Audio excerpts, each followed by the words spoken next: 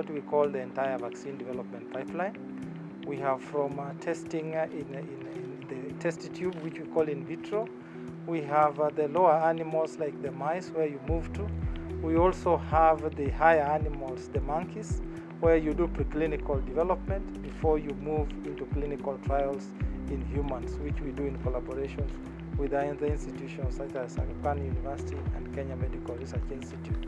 So with the expertise and that entire vaccine pipeline, we have the capacity to contribute greatly to the development of a vaccine. But let's understand that although during emergency the process for vaccine development can be shortened, it takes a much longer time to realize a vaccine in the market, and therefore we have to start now. We realize that as other countries have moved forward, and we can realize that once they have developed their own measures, they are likely to export them to other countries. So as a country, we should also start to develop our own. We have what it takes, the expertise, the setup, and therefore all we need is to work together and mobilize resources to move fully into vaccine and drug development against pandemics. Procurement relating to infrastructure has gone very, very well. I would say it is 95% complete. The building is practically ready for us to launch today.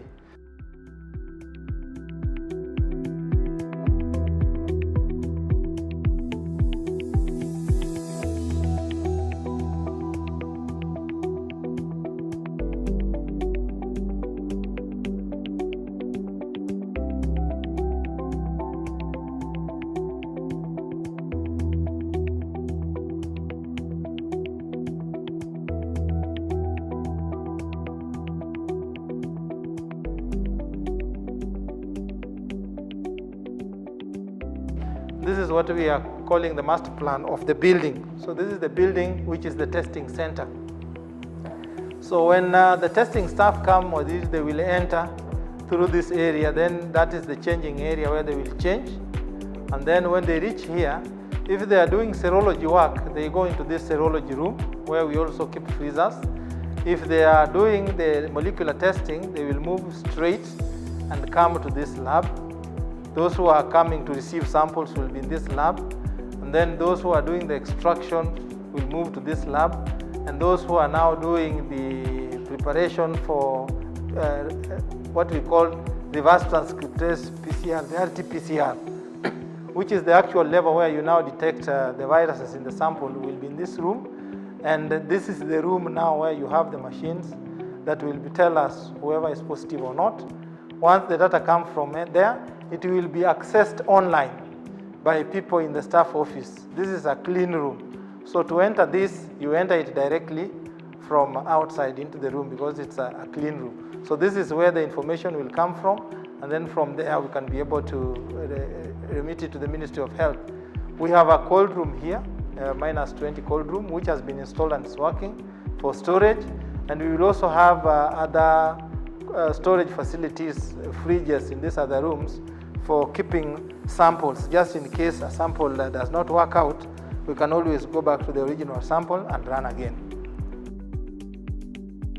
In the limitations in the current diagnosis, the period for testing is very short because the virus testing window is brief, and also we have so many asymptomatic carriers that are complicating the testing process. Now, if one was asymptomatic and has already healed, it is only through serology that we can be able to get that information that this individual was once infected or exposed. It's a resource that we have, that we are very, very proud of, and we are very lucky as a country to have. The Institute of Primate Research was established under the National Museums of Kenya and under the Department of Culture, and this happened in 1958, and the original purpose was to study monkey behavior as a model for human evolution. Right? Since then, the mandate of the Institute has expanded severally and includes biomedical research leading to new knowledge, the development of vaccines, drugs, and medical products for improved human health. The current mission of the Institute is to undertake basic, preclinical, and translational research leading to human health products, services, technologies, and biodiversity management.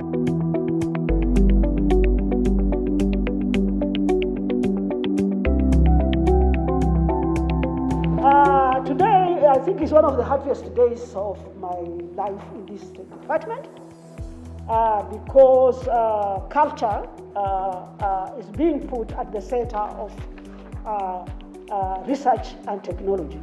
Culture is being interfaced with science. And to me, this is a very great achievement or a great innovation. In this ministry, we have the sportsmen who are celebrated heavily. These are the unsung heroes in the back room of research. And they have done so much.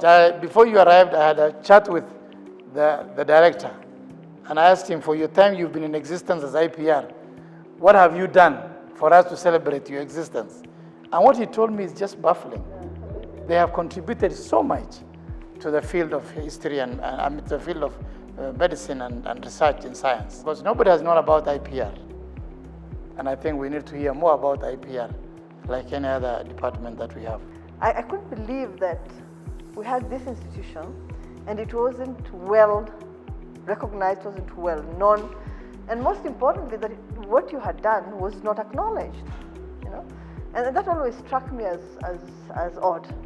And so when I came and visited with you the first time, I went back and said that in the 2 hours I was with you, I had learned more than I had learned in a very, very long time, right? That just listening to you was an amazing experience. We were lucky as a country to have this institution. And that this institution can actually do much, much more than it's doing, right? I think you can do 100% more than you're doing if you're given the support and if you're given the resources. We appreciate as a country the efforts that we have put in testing for corona, but we realize that because we are many as a nation, the current available testing capacity is low, and we would like to expand that capacity so that we can test as many as possible. The molecular approach used is generally a low process, and therefore we are coming on board to boost the efforts that are being done by other facilities in the country for molecular testing. And also as an institute, we have big capacity in vaccine development, drug development, and so we are going to come in strongly when we get approval to do serological testing, which is the real mass testing approach, because that will then now allow us quickly surveying the population to know, even including those who may have had the disease and healed without treatment. And with that information, we can be able to ascertain how far the disease has spread in the population and therefore inform in terms of reopening the economy. As you can see, we have put in place infrastructure to process 300 samples per day for the next 90 days. This process will be managed by 2 personnel shifts of 12 hours per shift daily. This process will enhance mass testing power to ascertain the spread of COVID-19 in our country. It will also undertake serological testing to ascertain the recovery rates within the population with a view to informing key economic re-operationalization decisions. It's collaborating with Cambridge and other institutions in training, vaccine development, and in drug repurposing against COVID-19. It's carrying out research using animal models to understand the COVID-19 disease progression and dynamics in humans, and progression of research tools such as DNA libraries to support COVID-19 research. In the long term, and based on IPR's strong credentials in biomedical animal capacity, we aim to develop an animal model to evaluate homegrown solutions to COVID-19, including natural product research and modern vaccine development. The advancement of an appropriate animal model for COVID-19 will also enable the evolution of intervention measures, including vaccines and other therapeutics, which will help in characterizing COVID-19 and other families of coronaviruses known to cause disease to humans. So we're really happy that we are launching this. The institution has been preparing for it for a while now, and we're really grateful to His Excellency the President for the support that he gave this institute in order for them to do what they're going to be doing behind us.